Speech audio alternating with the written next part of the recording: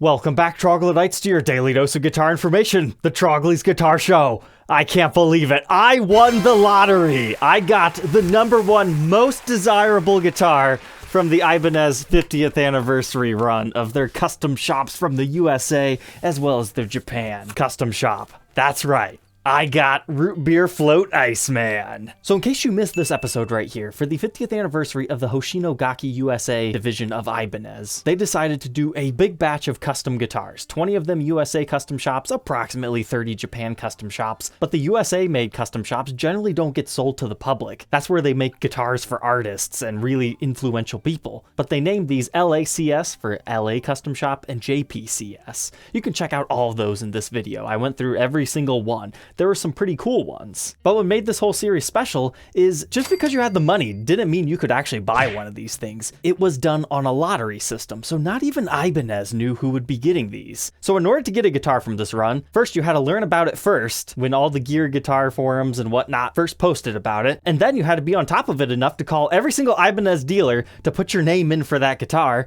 and just hope and pray that you were the first one to call them. And then, after that step, you have to get lucky that shop just happened to gotten chosen for that particular guitar that you wanted. Because Ibanez just put all the dealers' names in a hat, and they had somebody from outside the Ibanez company draw the names out of the shops that wanted it, and that was the only way to get one of these. So imagine my surprise when I get a call from Sweetwater that I was #1 and they got this guitar.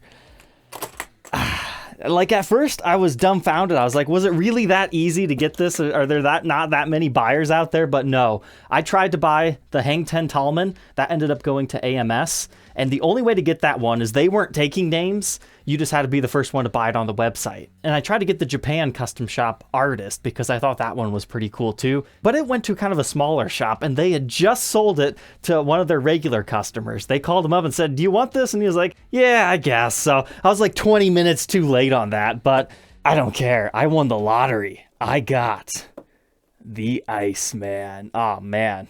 I've always wanted an Ibanez Iceman because obviously it has some ties within Gibson heritage as well. It's kind of like an Explorer but mixed with some other stuff. But this is one of their legendary USA custom shops. So, first impressions here. It's beautiful, but is it worth all the money I paid for this? Oh, probably that and even more. But let's take some time to learn about the Iceman here.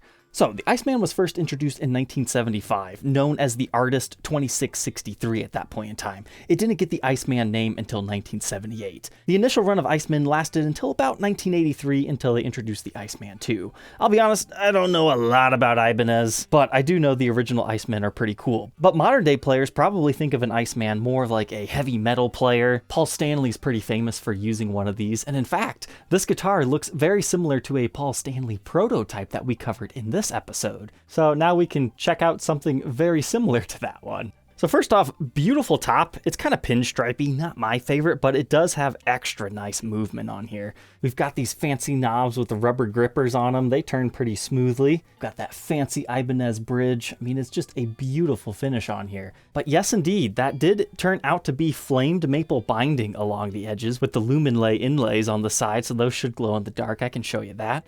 And something else that makes this particular one even more special, besides being a USA-made custom shop, is the fact that it has a maple fretboard. And it feels like there is a very thin finish over top of it, but it's not like the typical goopy stuff that some people don't like. So it's like nice somewhere in between. I like that. The inlays are pretty fancy, but I'm really liking the neck profile on this. It definitely has a nice full shape to it. I mean, it flattens off a little bit on the back, but it's still nice and rounded. Looks like we've got locking tuners, multi-piece neck. I mean, this is a thing of beauty. However, on first impressions here, I don't think it's that much like different in feel as compared to like a Gibson custom shop or a Fender custom shop.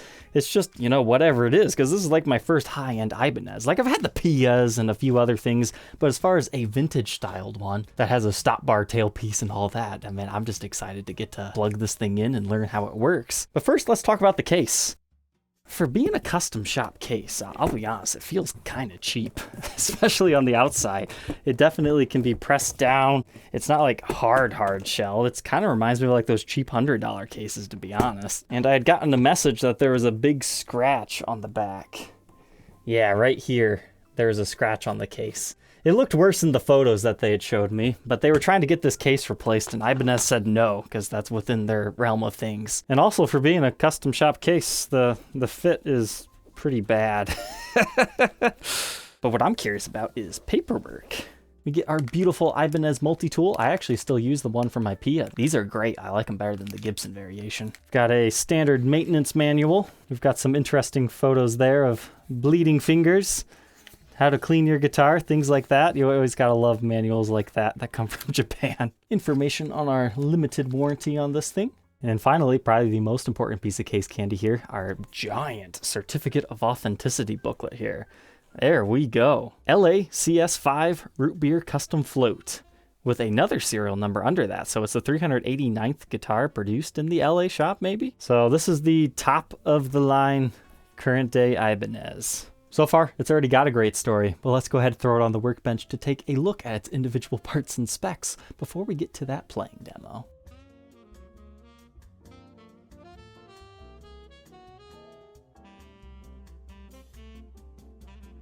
Inside the Iceman, let's go ahead and check this out. So starting with our pickups, it's nothing too crazy. We've got some DiMarzios in here. DP103 in the neck and DP223 in the bridge, which according to the spec sheets are the DiMarzio 36th anniversary pickups. As far as the routs themselves, they look pretty clean and they've been shielded off. This neck pickup route is really form-fitting though, like it's hard to get this pickup in and out. Here's what the bridge pickup looks like as well, so unfortunately we can't see our beautiful maple top into the mahogany body due to that shielding. But the bridge pickup isn't quite as form-fit, but we've got beautiful golden covers over top of those pickups. And our pickups within the circuit are vintage-inspired, 8.81 k ohms in the bridge, neck position 7.63, and our middle for fun, 4.09. And that's where things get interesting. So in Gibson terms, these are like called harmonica bridges. So Ibanez has one that's just a little bit different. It still has lots of intonation room, and you still adjust the bridge using these slotted screws to go up and down, but then they kind of lock into place. And I didn't want to mess around too much with this thing since I don't really know what I'm doing on an Ibanez. I'll mess around on a cheaper one. But essentially, underneath here, this gets screwed into like a brass block, and brass is real big for sustain. In the 70s, Gibson did something called Sustain Sisters that was kind of similar to this, but you can kind of see what I'm talking about right there in the reflection. Then our tailpiece is really interesting here. So it's branded Ibanez right there. It's secured to the top using 3 screws. Then it has a similar nut system around it. I'm not sure if you can actually raise or lower that. I didn't want to play around with that either, but I love this design. Not only is it stylistically pleasing being slashed like that, but if you take a string and you push it through, naturally, it's just going to lock into place. So even if you take it off of the headstock, it doesn't just come straight out. It still has that angle that kind of locks it into place right here. So you have to purposefully take it out that way. That's a really ingenious design. I like that. And now take a look at this toggle. It's got this giant rubber washer around it. It is indeed rubber, but I like the switch itself. Listen to it. Now, normally I'd go, that's a noisy switch, I don't like it, but it's very satisfying. Like, when you need to get to the bridge pickup, it stays there. Like, it's harder to accidentally knock this into a different position unless you get it really good. But I'm sure a lot of people could just sit here on this guitar and keep doing that. It's very satisfying. Then we can check out our knobs. So I was telling you earlier how they have these rubber grippers around them. Now, it's not a soft rubber or anything, it's actually pretty hard. It's just meant to give you some grip over these style of knobs. Pretty much like a top hat style, but with a hat on it. Our output jack is located on the edge of the instrument right there. No pick guards or anything to talk about, but if you were sad that we couldn't see the maple top on the inside pickup cavities, remember, you get to see it on the edge. So you do have some flamed figuring, and of course you have the wood grain. It's kind of hard to tell in this lighting, but you've got the maple top with a mahogany back with some sort of a black layer in between. And the maple isn't exactly half and half, it's just a little bit less than that. So the body itself is about 1 5/8 inches thick, and the maple itself is about a 1/2 inch of that. But of course you also get a belly carve on the back, so I mean that's not going to be completely uniform throughout the whole thing. But on the chunkiest section, that should run true. But if you're not familiar with just how big these things are, a good 12 inches from this over to here where this would be. Then it slims down to about 8 inches at the waist, and pretty much another full 12 inches down here before it gets a little wispy down here. And the body itself is about 18.5 inches at the neck joint. So very cool, very fancy, flamed everywhere, exposed maple cap and all that. But when you move on to our neck, it has the maple fretboard and the flame maple binding. So over here, this is just the cap exposed. They just made it look fancy. It's kind of like binding, but not. PRS does that a lot. Over here, I was questioning that in my first episode. No, that is indeed real flame maple binding. So they cut flame maple stripes and they just glue it to the side of the neck. Now, what would really impress me is if they found a way to do wooden fret nibs. Now, it doesn't look like much right here, but when you get it in the light, trust me, it is flamed, and those lumen lays, you can actually see them glow in the dark. You can check that out right here. That's pretty cool. In my head, it was a missed opportunity not just to do a straight up flame maple fretboard. I mean, if they were going to put the flame maple binding on it anyway, they might as well just put the flame maple board. But maybe there's a reason they didn't want to do that. Maybe they thought this was crazy enough and that would have distracted from it. And I can kind of see that. Like, if you go too crazy, it might be a little bit too out there. There's a fine line between being fancy and gaudy. But look at these inlays. So it appears to me that they have 2 pieces mother of pearl and then abalone. And they all look fairly similar, like some of them have a little bit more color than others. Some have a little bit more different design patterns. But the 12th fret one gets double slashes because, well, it's the 12th fret. It needs to be a little bit different. However, did you see this one? I'm not sure if that's actually abalone. It might just be a particularly plain piece. Like, you can tell it's got a little bit more color than mother of pearl. But if I was speccing things out, I probably would have chose a different piece of abalone right there. I do really like that one. It's got like 2 W's on it. But anyways, spec sheet calls it 24.7 inch scale length with a 12-inch fretboard radius. The nut measures 1.73 inches, pretty wide, and that increases to 2.06 by the 12th. They call this neck their round shape, and it measures 0.89 at the first fret neck depth, and wow, 1.05 by the 12th. It's a pretty chunky neck. Here it is at the first fret and the 12th fret. It almost has a little bit of a D shape towards the beginning of the neck, and then it moves into a full-on rounded C. And to be honest, I'm kind of glad it's as chunky as it is, because that just makes this guitar feel so powerful. Now moving on to our headstock, also beautifully flamed, same treatment as the body, just not quite as thick of a maple top up here, but still has that black layer. And in typical Ibanez fashion, it ends underneath the fretboard. Now as far as our truss rod, that's what that looks like on this particular model, but the truss rod cover itself is the most fascinating thing up here. It's also finished in that light root beer finish, but look at how it dances. Having a piece of flamed maple like that's pretty cool. And it looks like they painted Ibanez underneath the finish, so you don't have to worry about that flaking off or anything. But then you swap it over to the back, and there you can see just the plain wood. They left that be, so it's funny how you can still see the flame figuring in normal lighting situations, right? But when you finish it, it just becomes so much more exotic when you add some sort of a color. But honestly, the piece of maple they used right here is probably even better. I'm not quite sure what that says down there. I'm sure it says something like Hoshino Gaki USA Custom Shop or something, but it was stamped too lightly. But this isn't just one piece of wood. It's actually multi-layered. You can see there's also a black layer right there too, so that's why this back one looks so much more figured. However, using the wider one, I think contrasts it against this. As far as the tuners, these are locking style. We'll see them on the back here in a second, but interesting headstock choice.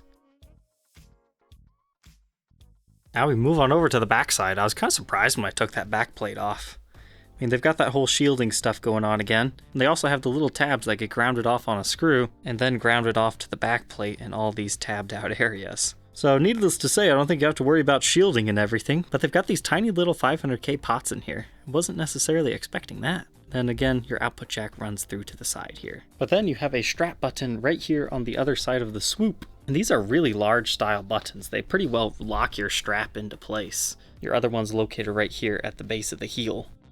And then your toggle switch cavities right in here. But you can check out your comfort cut right here, and then they do have a little bit of a comfort swoop right here to kind of make this area comfortable, so you're not like hitting a hard edge right here, so that's nice to see. But then it becomes a hard edge again right here as you get to the horn. And in case you want the horn on the opposite way, you can buy this guitar as a fireman, and then it goes the opposite way, because fire and ice. This is a mahogany body. The spec sheets say it transforms into a maple carina neck, and at first I was kind of confused by that. I thought it was supposed to be a carina center stripe, but no, judging by the wood grain, it looks like it's actually a mostly carina neck and then a maple center stripe. I could be wrong on that. It could just be wrong specs and you've got carina and 2 pieces of mahogany. But you can look at the mahogany type of wood grain right here, and then as it transitions into the neck. So I do believe that is 2-piece carina and then a center stripe of maple. That's especially colorful right here. I like that they just purposefully put a line there to begin with, because as these things age, if it ages anything like a Gibson anyways, you're going to see a line there anyways, but that's a really nice smooth transition. And seeing that cutaway is pretty cool too. But then the back of our headstock, this is underneath the finish. It's not just a cheap little decal or anything. So custom shop Ibanez, USA LA0389. And you've got Godo tuners, but I will say Godo's plating is not very good. I mean, you can see this is brand new. It already has some like pitting and bubbling to the plating there. They generally make pretty good tuners, but as far as the plating goes, doesn't seem the best on that batch. So yeah, very cool, fancy guitar that we just happened to win the lottery on, guys, to document it. It still boggles my mind every day when I think about how lucky I got on this one, because it's the exact one I wanted. Who cares if I lost out on those other 2? I got the crown jewel of the collection. It's the one everyone wanted. For fun, let's take this thing under blacklight. I mean, it's a brand new guitar. It's not going to glow that much. Now, the type of finish that they use for the maple fretboard, now that makes it glow. But the real reason I wanted to do this is to show you the lumen lays a bit better. You could kind of see it in the dark shots, but you can definitely see it a lot more clearly here. That is really nice when you're on stage if it's completely dark. It'll help you find where you need to go. And in general, just the maple sides tend to glow a bit more too. Here's a good way to see what I was talking about there. Just step away from the light a little bit. Makes it easy to play on stage. No batteries required. All said and done, despite being absolutely gigantic and having a lot of maple everywhere, that's a really good weight, 8 pounds, 1.1 ounces. So as far as fit, finish, QC goes, I couldn't notice anything. So Ibanez, you make a very nice fancy guitar here. But let's go ahead, plug it in and see what kind of sounds I can get out of it.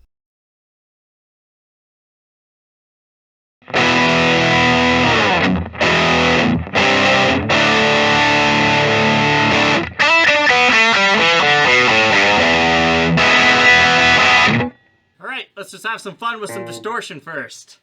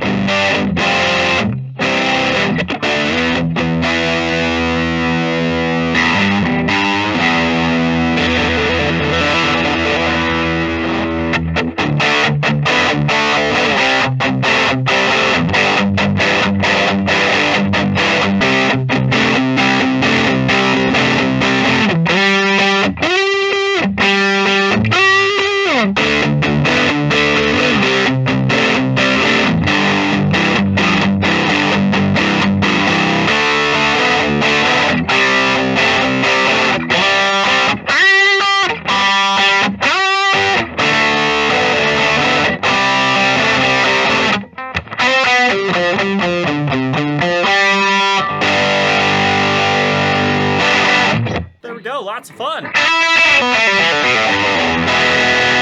Feels just as powerful as an Explorer to wield. It looks a little bit different to the audience, but as far as like playing it, you don't even notice this cutout because you're looking down and the neck just kind of fills that blank in, so that's kind of cool. It's a great bridge pickup here.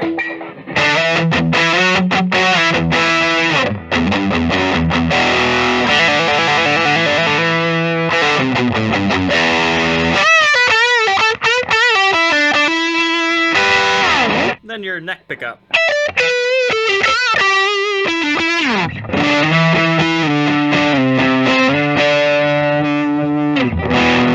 Then you can blend them together.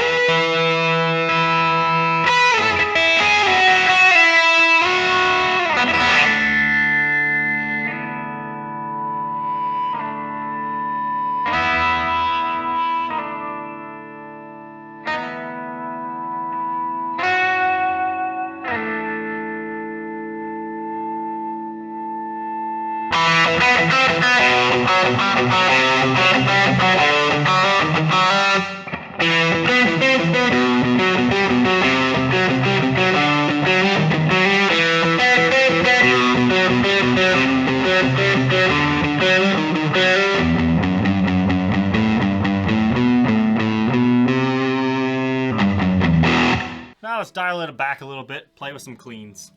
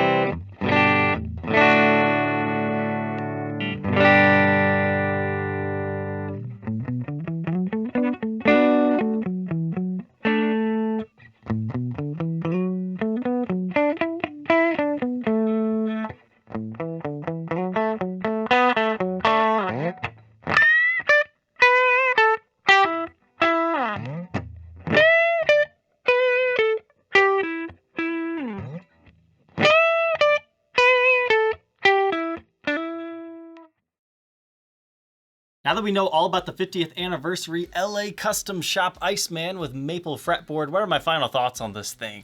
Awesome guitar. I mean, this is just as good as anybody else's custom shop instruments.